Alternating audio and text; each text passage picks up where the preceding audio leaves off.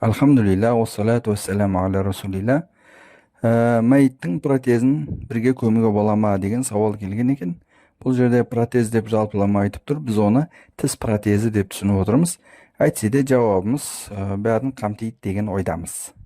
Енді сауалға жауабымыз бұл келесідегідей: мәйіттің алмалы салмалы тіс протезін және аяқ немесе қол протездерін бөлек алып, мәйіттің денесін табиғи қалыбымен жер қойнауына тапсырған жөн. Яғни протездерді көмбей, оларды алып қалып, мәйіттің денесін құр өзін табиғи қалыбымен жер қойнауына істеген жөн, тапсырған жөн. Бұл оңай алынып салынатын жасанды ағзаларға қатысты.